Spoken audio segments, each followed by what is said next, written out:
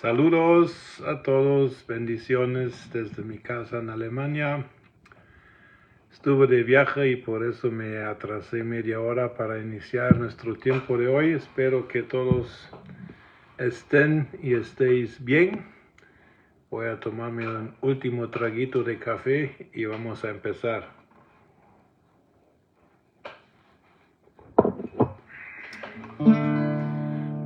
Hoy va a tocar Efesios 5 a partir del versículo 15. A ver hasta dónde Dios nos ayuda a llegar hoy. Pero como siempre, iniciemos con un tiempo cortito de alabanza. Venimos ante ti, Señor, con corazones sinceros, llenos de alabanza y de adoración. Venimos ante ti, Jesús, con corazones sinceros, llenos de alabanza y de adoración. Porque tú eres Rey de reyes y Señor de señores. Tú eres digno que todos te adoren, porque tú eres Rey de reyes y Señor de señores. Tú eres digno que todos te adoren.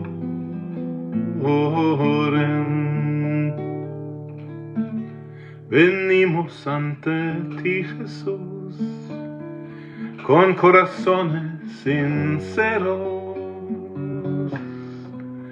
llenos de alabanza y de adoración. Venimos ante ti, Jesús, con corazones sinceros, llenos de alabanza y de adoración. Porque tú eres Rey de reyes y Señor de señores. Tú eres digno que todos te adoren, porque tú eres Rey de reyes, tú eres Señor de señores. Tú eres digno que todos te adoren.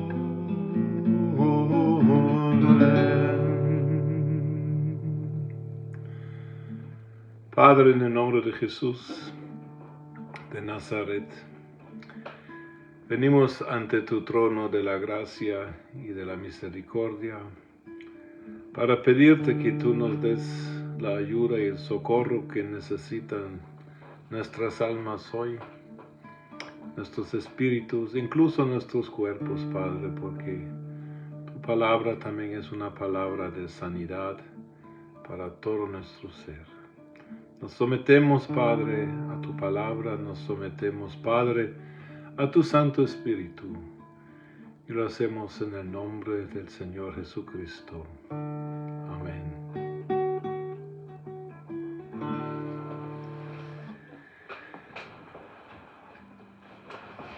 Bueno, bienvenidos todos que ya están conectados.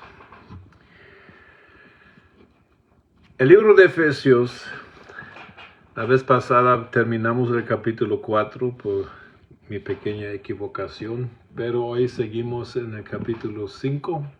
Ya habíamos visto que el capítulo 5 empieza con una amonestación suave, un imperativo diciendo, sed pues imitadores de Dios, y luego vienen un montón de consejos, la mayoría son realmente órdenes que Dios nos da, Y cuando Dios nos ordena o nos exige algo, es porque sencillamente somos capaces de obedecer.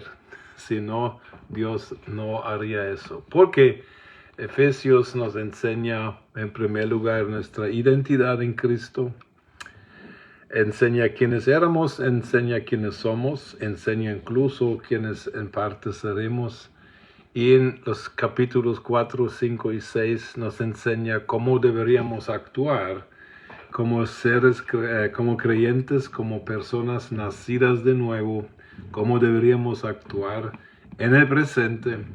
Y por eso aquí hay muchas palabras bien claras y peladas, y a veces algo que a los alemanes nos gusta tal vez más.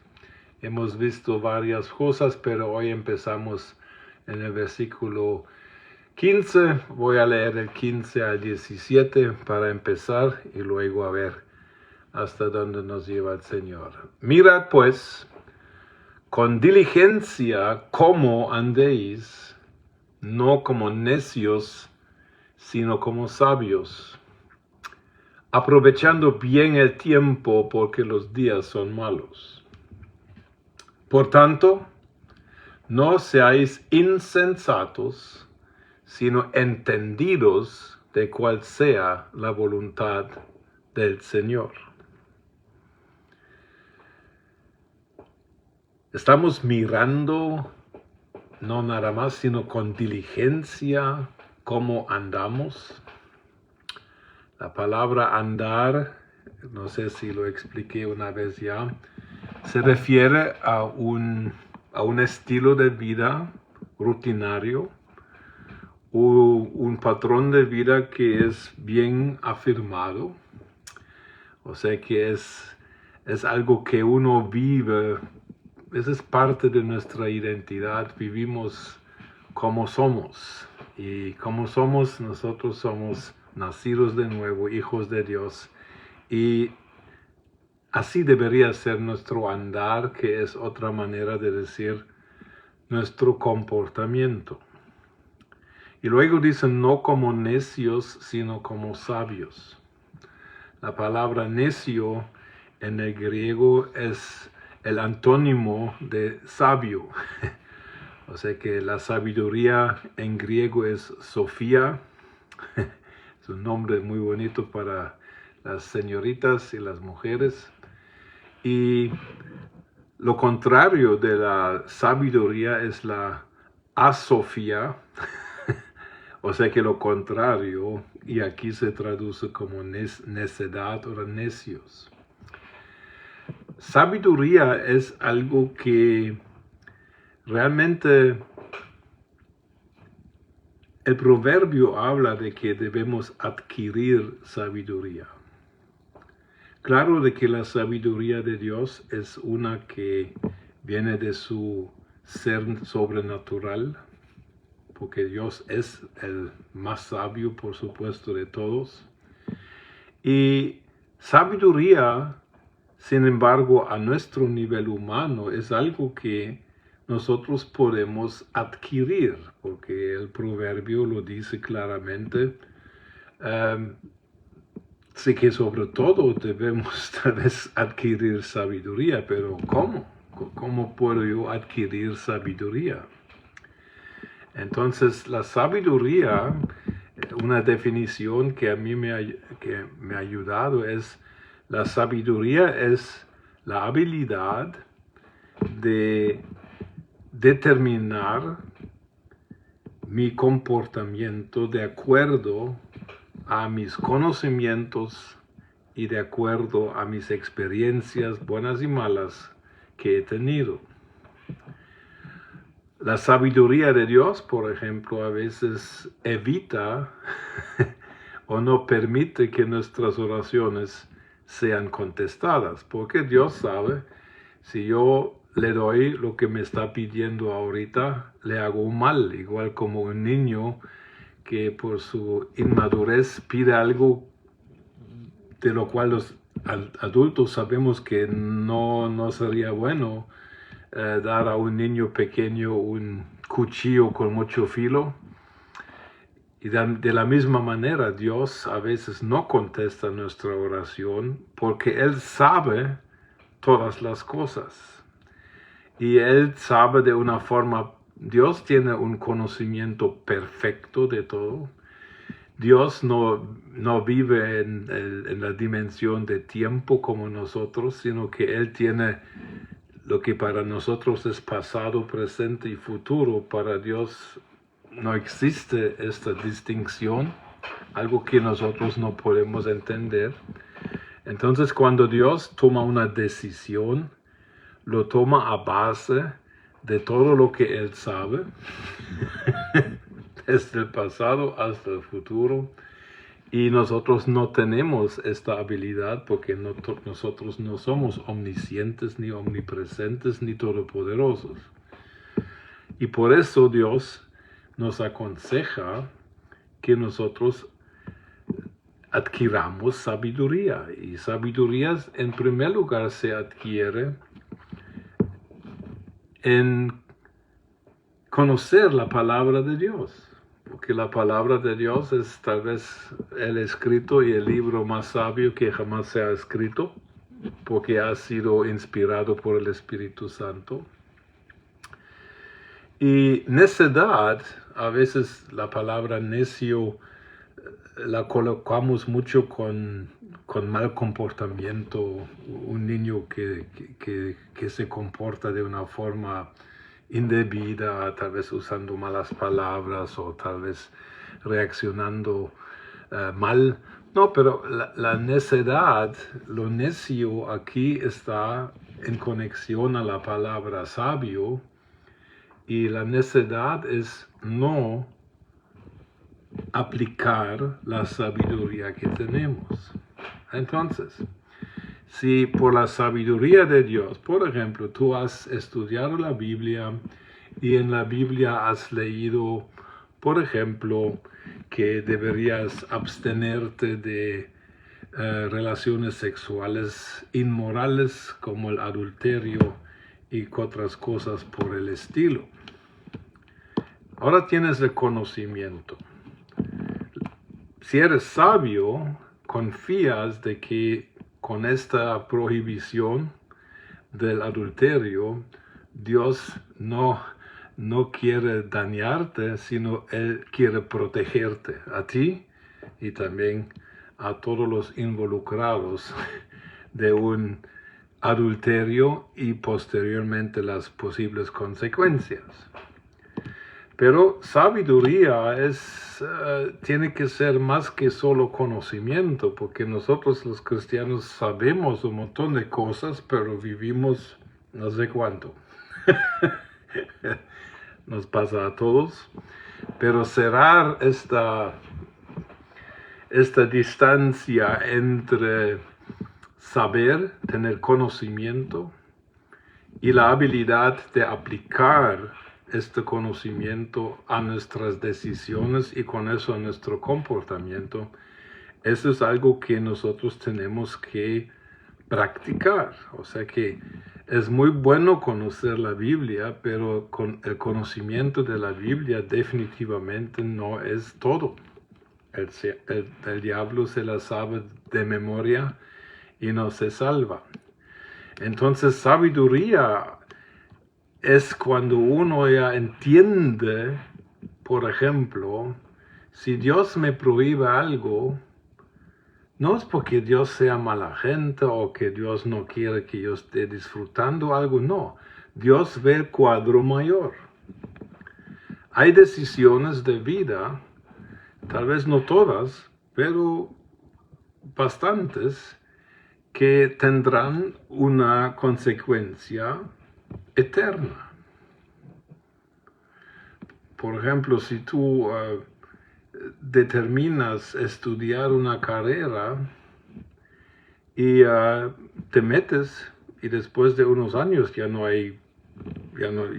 generalmente ya no hay para atrás, pero después de unos años te das cuenta de que estoy estudiando arquitectura, pero debería haber estudiado mejor medicina o farmacia. Entonces, En nuestra relación con Dios, Dios nos puede ayudar a aplicar el conocimiento que tengamos respecto a la fe, respecto a Dios, respecto a nosotros, a las decisiones de la vida, incluyendo una vista mayor. Por ejemplo, si alguien quiere realmente de todo corazón servir a Dios y luego tiene que tomar una decisión de en qué voy a trabajar y termina trabajando en un trabajo donde casi nunca tiene libre el domingo para ir a las reuniones de la iglesia. ¿Es sabio eso? Claro que hay situaciones en la vida que tal vez donde no hay para dónde. Mas sin embargo, uno debería planificar su vida de acuerdo a lo que la palabra de Dios nos enseña como cosas sanas. Por eso los cristianos no se deberían casar con personas que no han nacido de nuevo. No es porque Dios nos quiere torturar, no, Dios nos quiere ayudar a tener la vida mejor posible. Y además de eso, esta vida siempre nos prepara para lo que seremos en la vida eterna, como se le dice, o en la vida que viene después de nuestra muerte. La vida va a seguir, pero aquí vamos a decidir muchas cosas.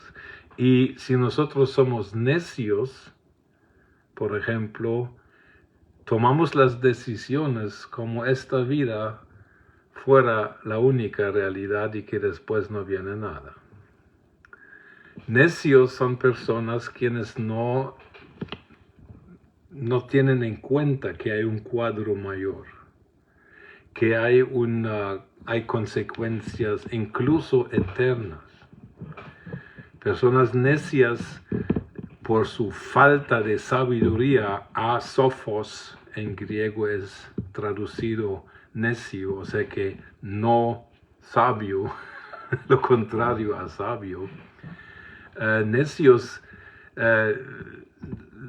entendemos la palabra muchas veces como ya dije, que un comportamiento completamente fuera de orden, pero la necedad, como aquí se describe esta palabra, es no actuar de acuerdo lo que desde el punto de vista divino y eterno es lo más conveniente para nosotros.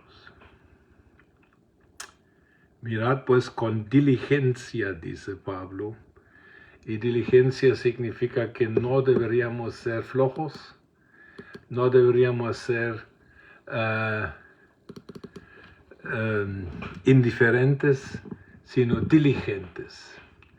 En griego la palabra aquí traducida con diligencia es la palabra akribos, y en alemán por lo menos hay una palabra que alguien acribía, no sé si existe la palabra, pero esa es una palabra que uno está bien exacto, muy concentrado, muy exacto en sus cosas, o sea que no dejas las cosas por azar.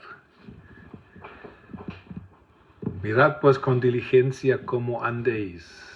¿Cómo estamos andando? Estamos andando con la sabiduría divina de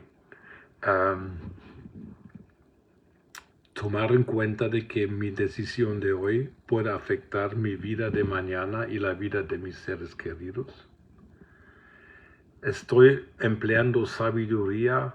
Por ejemplo, sabiduría es algo que a nivel humano, si tú has cometido errores en el pasado, sabiduría sería no volverlos a cometer.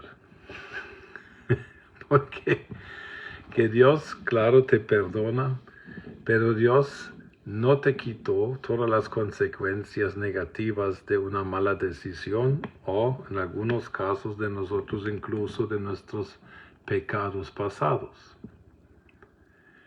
Pero este sufrimiento que nos causamos nosotros mismos por pecar, esto debería ayudar a nuestro adquirimiento de sabiduría. Nuestras experiencias buenas y malas son un depósito para crear de este depósito bueno y malo sabiduría para el momento. Entonces, nosotros los cristianos debemos ser exactos en nuestra vida y no ver nuestra vida como si no importara lo que yo digo y decido hoy en el cuadro mayor. ¿Por qué dice Pablo eso? Que debemos ser sabios y no lo contrario, necios. Él dice, aprovechando bien el tiempo porque los días son malos. Mire, ahora es el tiempo de salvación, dice la Biblia, pero también ahora, si eres salvo, ahora es el tiempo de tomar decisiones cuya consecuencia en parte lo vamos a cosechar en la eternidad. He dicho varias veces de que yo no creo que en la vida eterna, cuando ya haya regresado Jesús, el reino de Dios está establecido, nosotros estamos con nuestro Rey, yo no creo que haya igualdad. La única igualdad que habrá en el porvenir es la igualdad de que todos somos salvos por gracia por medio de la fe. Sobre este fundamento de gracia por medio de la fe, como lo describe Pablo en 1 Corintios 3, 10 y 11, sobre este fundamento Dios espera que sobreedifiquemos nuestra vida en el sentido de que en la eternidad podamos tener recompensas. Y Pablo dice que se puede sobreedificar, hablando metafóricamente, con oro, plata, piedras preciosas, con madera, hojarasca lleno.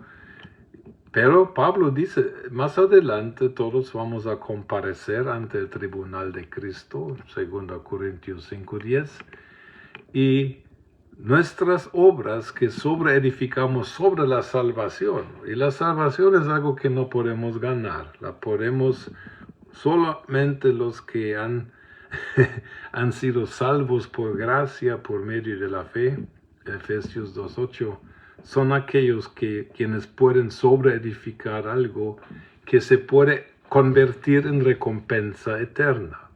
Yo no estoy completamente seguro cuál será la recompensa eterna, pero si yo entiendo la Biblia bien, en la vida venidera habrá responsabilidades, habrá algo como cargos, no sé si tiene que ver. Lo único que sé es que Pablo dice, estos tiempos son malos, aprovechen el tiempo porque en este momento tú puedes hacer o sembrar algo para la eternidad. Y por supuesto que no solamente sería dinero, sino son muchas cosas que podemos sembrar. Los días son malos, lo escribió Pablo hace 2000 años. Los días malos no es un comentario escatológico, sino que nosotros vivimos en un mundo caído. Nosotros como cristianos enfrentamos enemigos quienes no quieren de que nosotros estemos propagando nuestra fe. Los días siempre son malos mientras Jesucristo no haya regresado y establecido el reino de Dios en el planeta Tierra. ¿Estamos aprovechando el tiempo o estamos posponiendo? cuando ya haya salido de esto, voy a hacer aquello. Cuando ya haya terminado de pagar mi casa, entonces me voy a dedicar más a actividades del evangelismo y de la iglesia. Cuando hayan salido mis hijos del colegio, ya voy a tener más tiempo. ¿Quieres esperar 10, 20, 15 años para sembrar algo que te pueda valer para la eternidad? ¿De dónde sabes que vas a tener 10, 15, 20 años para después empezar a aprovechar el tiempo? El tiempo se aprovecha en este tiempo y no es nada complicado. Dios está esperando actitudes. Vive ahora con la actitud de un verdadero hijo de Dios que quiere imitar a su Padre. Sé justo, sé correcto, y si te has equivocado o si has pecado, arréglalo con Dios y pide perdón a los que hayan sido afectados. Sé responsable con este don de salvación que tienes dentro de ti y de la manera como tú manejas este fundamento, esta nueva naturaleza, con esta manera y no necesitas ser una actividad de la iglesia. En tu trabajo, en tu vecindario, entre tu familia que no conoce a Jesús, tú puedes demostrar actitudes y mostrar actitudes es muy importante porque son más nuestras actitudes que se convertirán en recompensas que nuestros hechos. Y nuestros hechos deben realizarse con actitudes que tienen la vista a la eternidad. De eso está hablando Pablo aquí. Versículo 17. Por tanto, sé que los tiempos son malos. Tu oportunidad de crear recompensa para tu eternidad, tu estado eterno, es ahora. Porque tú no sabes ni yo sé si estaremos vivos todavía mañana. Puesto eso, por tanto, no seáis insensatos, sino entendidos de cuál sea la voluntad del Señor. ¿Estás en la voluntad del Señor donde estás viviendo? ¿Donde estás trabajando, estudiando o haciendo lo que estés haciendo? ¿Tendrá Dios una voluntad para ti? ¿O todo es un asunto de... no importa? Aquí implica de que uno debería saber cuál es la voluntad de Dios para nuestra vida. Ahora, la voluntad de Dios puede ser que trabajes de albañil, entonces trabaja de albañil de la mejor forma posible. Haz el trabajo como si trabajaras directamente para Dios. Sé un ejemplo de albañil. Deja el trabajo tan nítido, tan limpio y tan correctamente pagado o cobrado como si estuvieras haciendo eso para Jesús mismo. Eso sería sabiduría, eso sería vivir entendido de que lo que ahorita me toca hacer es la voluntad de Dios. Y como es la voluntad de Dios, lo voy a hacer absolutamente de la mejor manera posible. Aquí en Europa y también en el mundo, por mucho tiempo la calidad de los productos europeos ha sobresalido en comparación a productos similares en otros continentes del planeta. Y una de las razones, y eso lo explica un hombre muy estudiado, es un profesor universitario se llama Vishal Mangalwadi de la India, es teólogo, es sociólogo, ha escrito libros muy impresionantes. Y él dijo algo muy interesante una vez. Él dice que visitó Europa por primera vez, habiendo crecido en la India, y él conoció todas las religiones de la India, en parte creció como hindú, conoció el Islam, el budismo, y luego el cristianismo, se convirtió a Jesús, y seguía estudiando mucho, un hombre sumamente estudiado. Entonces, cuando él visitó Europa por primera vez, le tocó estar unos días en Holanda, Países Bajos,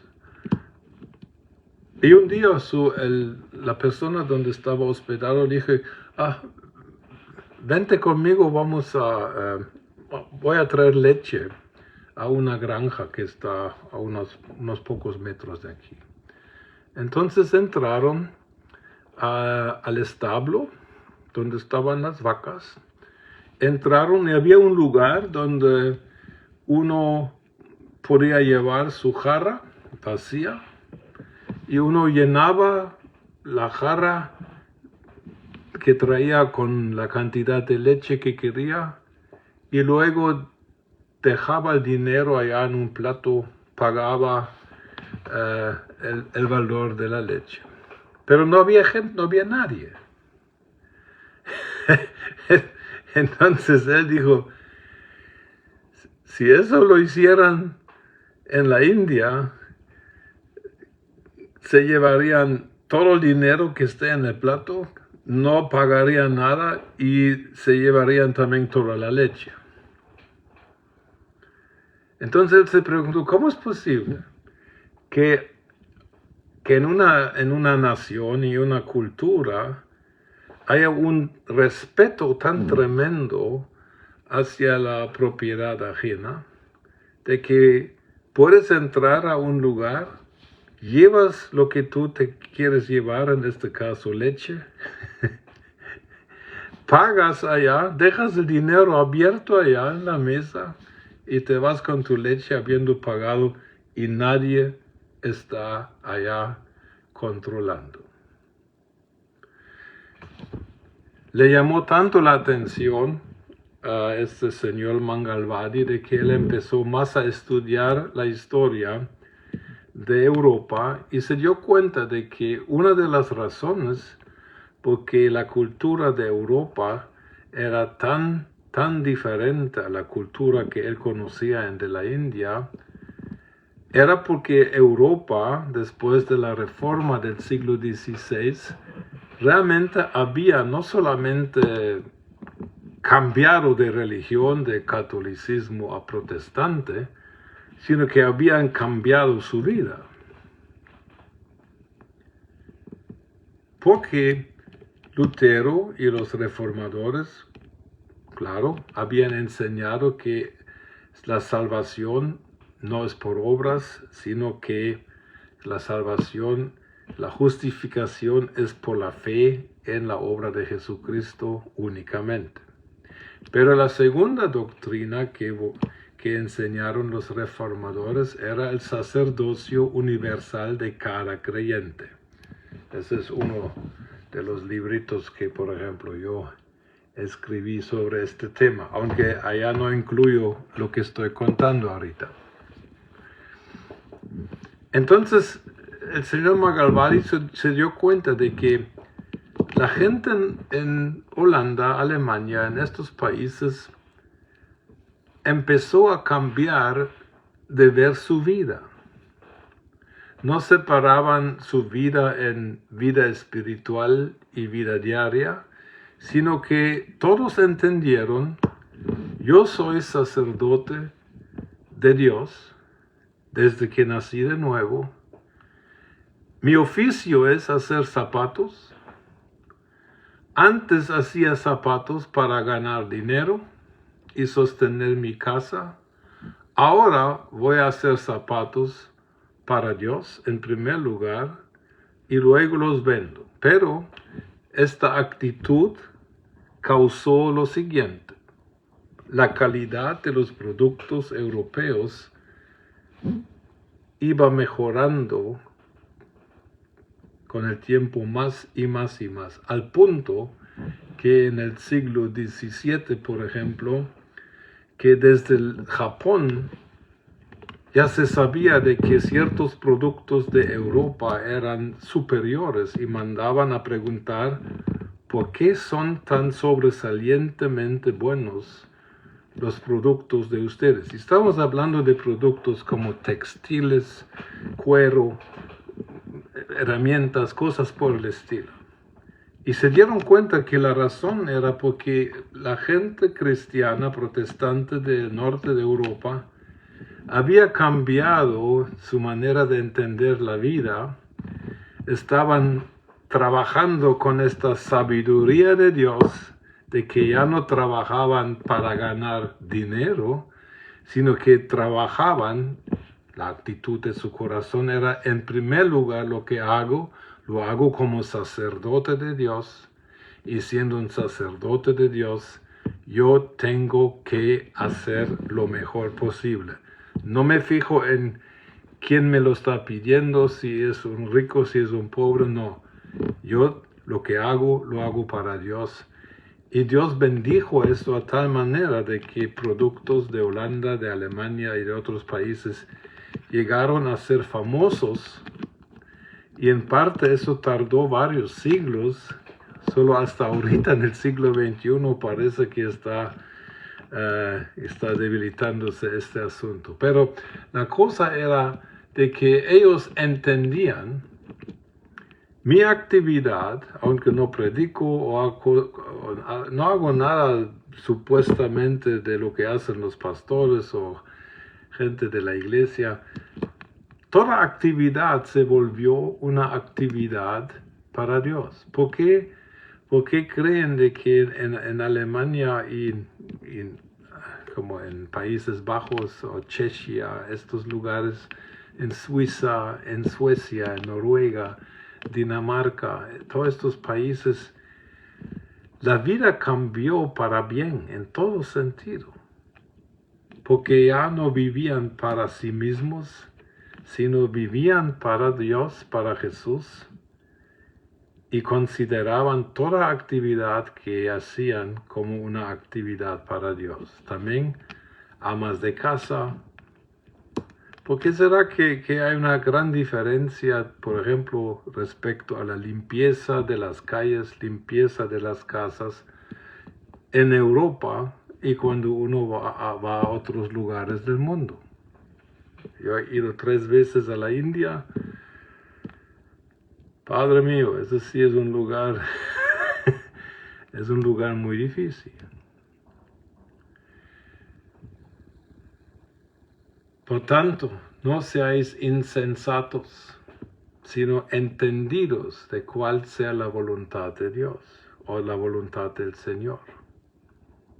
La voluntad del Señor es de que todo lo que hagamos, lo hagamos como si fuera para Él. Y aparte de pecar, por supuesto, no se puede pecar con calidad. El pecado nunca tiene ninguna calidad.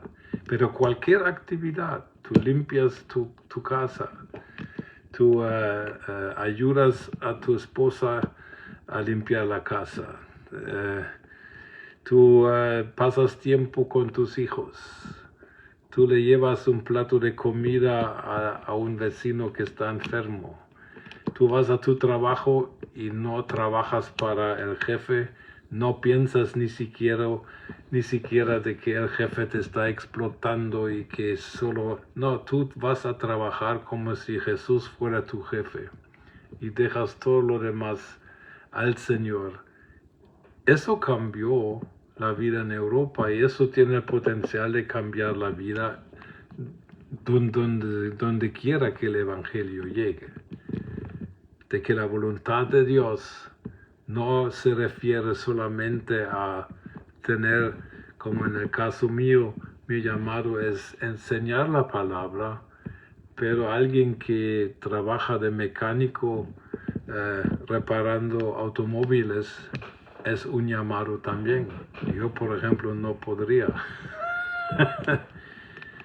Es la actitud. Porque para Dios no hay no hay ningún trabajo, ningún oficio, ninguna profesión inferior y otros son superiores. No. Dios ve el corazón y ve si tú realmente con esta actitud de un sacerdote verdadero de Dios haces lo que te toca hacer. Así que sé entendido de cuál sea la voluntad del Señor. Y llénala. Llena esta voluntad de Dios, no importa cuál sea, de tal manera de que Cristo sea realmente glorificado. Luego dice Pablo, y siempre estamos en esta lista larga de imperativos y de prohibiciones y de amonestaciones. Y aquí viene una cosa que es uno de mis pasajes favoritos. No os embriaguéis con vino, con el cual hay disolución, antes bien sed llenos del Espíritu, hablando entre vosotros con salmos, con himnos, cánticos espirituales, cantando y alabando al Señor en vuestros corazones, dando siempre gracias a Dios por todo, y al Padre en el nombre del Señor Jesucristo. Ahora el versículo 21, algunos dirán que pertenece a la próxima parte del matrimonio, pero dice que someteos unos a otros en el temor de Dios. Pero hablemos del 18 al 20. Pablo dice de que la llenura del Espíritu Santo, como aquí lo dice, es algo que nos toca a nosotros garantizar, prolongar y experimentar. Ahora hay diferentes experiencias con el Espíritu Santo según la palabra de Dios y también en este libro yo describo los diferentes niveles, pero a manera rápida. Cuando nosotros aceptamos a Jesucristo como Señor y nacemos de nuevo, nosotros nacemos de nuevo del Espíritu de Dios y eso es el momento en que nosotros recibimos el Espíritu Santo. Todo cristiano que haya aceptado a Jesús tiene el Espíritu Santo. Jesús dijo a sus apóstoles que después de la resurrección, pero antes del Pentecostés, Jesús un día dice a los discípulos recibir el Espíritu Santo y dice que sopló sobre ellos en el libro de Juan 20:18 parece. O sea que los discípulos de Jesucristo tenían el Espíritu Santo antes del Pentecostés. Este nivel del Espíritu es un nivel que nos sirve a nosotros para fortalecernos y guiarnos en nuestra nueva identidad como hijos de Dios. Y este nivel de experimentar el Espíritu es algo que nos sirve a nosotros. Pero Jesús habló de un ser lleno del Espíritu, un ser investido de lo alto, y eso habló de Pentecostés. En Pentecostés, Dios decidió avisar a su iglesia de que el Espíritu Santo que estaba dentro de ella no solamente era para ella, sino que principalmente era para que otros fueran beneficiados por los ríos de agua viva que iban a fluir desde su interior. O sea que el bautismo en el Espíritu Santo fue un evento único en Hechos 2, pero esta experiencia obviamente se podía repetir porque en Hechos 4:8 y 4:31 los mismos que fueron llenos del Espíritu Santo en el capítulo 2, fueron llenos del Espíritu Santo otra vez. O sea que aquí estamos hablando de experiencias que nos llenan no de arriba para adentro, sino que de adentro para afuera de su espíritu. Y estas experiencias son válidas, que se pueden repetir, pero aquí Pablo introduce una cosa que ya depende de nosotros, porque si tú vas a una reunión donde esperas ser lleno del Espíritu Santo, si en esta reunión hay una manifestación del Espíritu Santo o no, tú no lo controlas. Si el Espíritu Santo se quiere manifestar tremendamente o más que en otros lugares, en un cierto lugar, es decisión de Él y no te va a preguntar a ti si lo hace o no. Pero aquí hay un nivel de llenura del Espíritu Santo que ya no se refiere a un momento o un tiempo, como en un culto de la iglesia o en una conferencia cristiana. No, aquí está refiriéndose a un estar lleno del Espíritu Santo permanentemente, independientemente de circunstancias, de tiempos, de horas, de lugares o de eventos. Y la persona quien tiene los controles de esta llenura, somos nosotros. Porque aquí tenemos que fijarnos en la gramática del español, algo que a mí me tocó estudiar a fondo.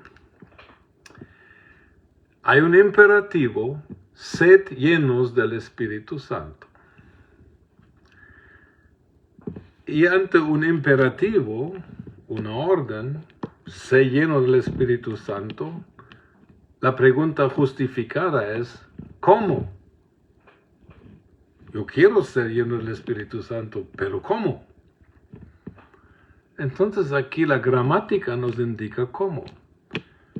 Y nos contesta con lo que, ahora para los maestros de español, viene un gerundio, un participio presente, hablando entre vosotros con salmos, con himnos y cánticos espirituales, cantando y alabando al Señor en vuestros corazones y dando siempre gracias por todo al Dios y Padre en el nombre del Señor Jesucristo. O sea que ya tenemos 4 gerundios: hablando, cantando, alabando, dando gracias. Esta es la respuesta al cómo. ¿Cómo puedo estar yo siempre lleno del Espíritu Santo y que no importa dónde esté? Pues haz eso. Hablando entre vosotros con salmos, con himnos y cánticos espirituales. Evalúa la cantidad de qué hablas. ¿De qué hablas tú con los demás hermanos? Hay mucho calor en Guatemala, hay mucho frío en los Estados Unidos, hay muchos alemanes en Alemania. ¿De qué estamos hablando? Hablando de salmos. ¿Qué son los salmos? Los salmos son 150 canciones que el cancionero, el libro de cantos de Israel prácticamente, porque los 150 salmos son canciones que se cantan hasta el día de hoy. Pero no solamente son canciones, sino que los salmos tienen contenidos que abarcan absolutamente toda gama de posible experiencia humana, entre siendo completamente feliz y lleno de júbilo hasta depresiones donde uno ya no quiere saber nada de Dios. ¿Estamos hablando de nuestras experiencias con Dios? ¿O solo estamos hablando de nuestras doctrinas o de nuestras teologías? Esa sería una pregunta. Y aquí no está diciendo de que estemos solo hablando testimonios positivos, también los negativos son dignos de que se hable de eso, con tal de que siempre lo hablemos en el contexto de nuestra fe en Dios. El Salmo 88 parece que es un salmo completamente negativo, deprimido, empieza mal y termina peor. Casi no hay nada bueno ni positivo en este salmo. ¿Por qué? Porque hay momentos en nuestra vida en que exactamente así nos sentimos. ¿Por qué no hablar de eso? Cánticos, salmos, himnos, son las canciones que cantamos en nuestras iglesias o los himnarios en las iglesias antiguas. Hablemos del contenido de lo que se cantaba. Preguntemos de que por qué, cómo fue creada cierta canción. A veces es impresionante conocer el trasfondo que motivó a una persona a escribir una canción o un himno en el pasado. En alemán hay un señor que sufría horriblemente, pero él escribió una de las canciones en alemán cristianas más profundas, más tremendas de toda la historia. Pero si uno solo ve la canción, uno piensa de que este fue un hombre completamente feliz que nunca tenía ningún problema. Y fue completamente al contrario. Paul Gerhardt se llama, para los que les interesa el nombre. Pero luego dice, hablando entre vosotros con cánticos espirituales, cantando y alabando al Señor. Cánticos espirituales, esa es mi opinión, se refiere a cantar en lenguas. Algo que 1 Corintios 14 testifica como una de las formas de alabar a Dios. Cantar en lenguas, luego, para la iglesia sería mejor que se interpretara, mas sin embargo, a veces las lenguas solo son, como dice aquí, cantando, alabando al Señor. Y al Señor podemos hablar, podemos cantar en lenguas, aunque no entendamos nosotros ni nadie más, porque es para el Señor. O sea que, dando gracias, ser agradecido por lo que tenemos es una clave. Y nos damos cuenta de que todos estos términos que son la respuesta a la pregunta ¿cómo puedo yo ser lleno del Espíritu Santo todos los días? La respuesta es que hablando, cantando, alabando, dando gracias. En otras palabras, tú y mi boca, ¿cómo la empleas? Está en tu boca y en la mía el grado de llenura del Espíritu Santo diario. Si tú dices, he pedido a Dios que me llene el Espíritu y no pasa nada, lee Efesios 5, 18 al 20, ya tienes la pauta. Y no es magia, no es algún truco teológico, no, es una cosa muy, muy, muy sencilla. De la calidad de las palabras que hablamos dependerá la calidad de la vida que vivimos y también, como dice aquí, el grado de ser lleno del Espíritu. ¿Es posible llegar a este punto? Yo pienso que con eso voy a terminar hoy. Sí, es posible porque en Hechos 11, versículo 24, se describe al apóstol Bernabé de la siguiente manera. Dice que Bernabé era un varón lleno de fe y de Espíritu Santo. Ahora, en Hechos 4:8 dice que y habló Pedro, lleno del Espíritu Santo, Pedro habló. Aquí hubo una experiencia entre Pedro y el Espíritu Santo, y en este momento de empezar a predicar, él sintió como este empujón del Espíritu Santo. Fue un asunto de un momento. Pero en Hechos 11:24 se describe a una persona como era. No se describe una experiencia que haya tenido Bernabé, sino se describe como así era este hombre. Lunes, domingo, viernes, jueves, sábado, en la noche, en la mañana, en la tarde. Cuando alguien miraba a Bernabé, por lo menos en la iglesia en Antioquía, decían, este hombre está lleno del Espíritu Santo. No era una experiencia, era un estado permanente. El mundo necesita cristianos llenos del Espíritu Santo de esta forma.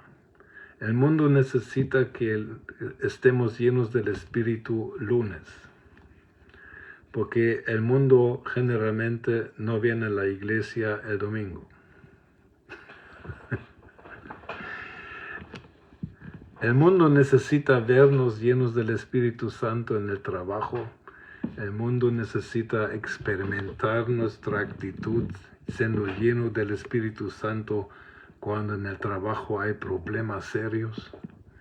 El mundo necesita ver la llenura del Espíritu Santo en nuestra vida cuando hay problemas sociales, políticos y cosas por el estilo. El mundo nos está observando y nosotros tenemos la responsabilidad de mostrar al mundo que hay un estilo de vida que es muy superior a lo que conoce el mundo. Y eso es ser lleno del Espíritu Santo. Y no ser lleno, como dice Pablo aquí, no os embriaguéis de vino. Claro que aquí está hablando de tomar alcohol, vino, cerveza y trago y lo que sea. Pero realmente la pregunta es, ¿cuál es la fuerza que empuja tu vida? El cuadro aquí es de que si tú te vas a embriagar con alcohol, este alcohol en tu sangre, en tu organismo, va a empezar generalmente a alterar tu comportamiento. Tú ya no te comportas como normalmente lo haces. Esta presencia de este tóxico dentro de tu cuerpo va a hacerte hacer cosas que tal vez después te vas a arrepentir de haberlos hecho. Yo, antes de ser cristiano, tuve experiencias de estados de embriaguez que realmente el día después no me acordaba qué había hecho. Y me contaban lo que había hecho y me quedé completamente asustado. El trago tiene esta habilidad, igualmente las drogas, pero como no todo el mundo es drogadicto ni alcohólico, pero ¿por qué será que hay tan pocos cristianos verdaderamente llenos del Espíritu Santo en forma permanente? ¿Por qué será? ¿Qué es lo que les empuja? ¿Qué es lo que controla su manera de pensar? Y eso es la pregunta. ¿Habrá algo que no sea el Espíritu Santo que está principalmente controlando tu vida? Y esto tú lo puedes cambiar cuando tú sigues el consejo sencillo de Pablo. Quieres ser lleno del Espíritu Santo y ya no quieres ser manipulado ni controlado por otra fuerza que no sea buena. Bueno, habla con salmos, himnos, cánticos espirituales. Habla y ora en lenguas lo que puedas. Canta y alaba al Señor. Sea agradecido y vas a ver, va a cambiar todo. Gracias a Dios de que Dios no nos ha dejado sin respuestas para estas preguntas. La llenura del Espíritu Santo, con lo que acabamos de leer, no es un asunto mágico, místico, no es un asunto de tener que ir en algún lugar donde haya más unción o gente más ungida, no. Es algo que tú tienes en la boca, si lo tienes primero, por supuesto, en el corazón. Padre, yo te pido que tú a tu iglesia, a mí y a todos que me estén oyendo, Padre, danos esta fe sencilla de que si nosotros usamos nuestra boca de acuerdo a lo que hoy oímos en tu palabra, que seguramente nuestra vida se va a llenar del Espíritu Santo y los impulsos y la fuerza de nuestra vida será la de tu Santo Espíritu y no ninguna otra fuerza. Perdónanos, Padre, por haber sido flojos. Perdónanos, Padre, por haber sido indiferentes respecto a estas cosas. Perdónanos por haber tirado la toalla antes de tiempo. Y danos la gracia, danos la fuerza y la convicción de que está en nuestra boca, está cerca, no está lejos de nosotros. Poder llegar a ser como este hermano Bernabé, quien cuando la gente lo miraba, lo describían como un hombre lleno del Espíritu Santo. Igualmente, mujeres llenas del Espíritu Santo. Eso es lo que queremos ser para ti y para tu gloria, en el nombre de Jesús. Amén. Dios les y os bendiga. Siempre estoy dispuesto a recibir sus y vuestras preguntas y con la ayuda de Dios voy a tratar de contestarlas. Dios les bendiga pues. Amén.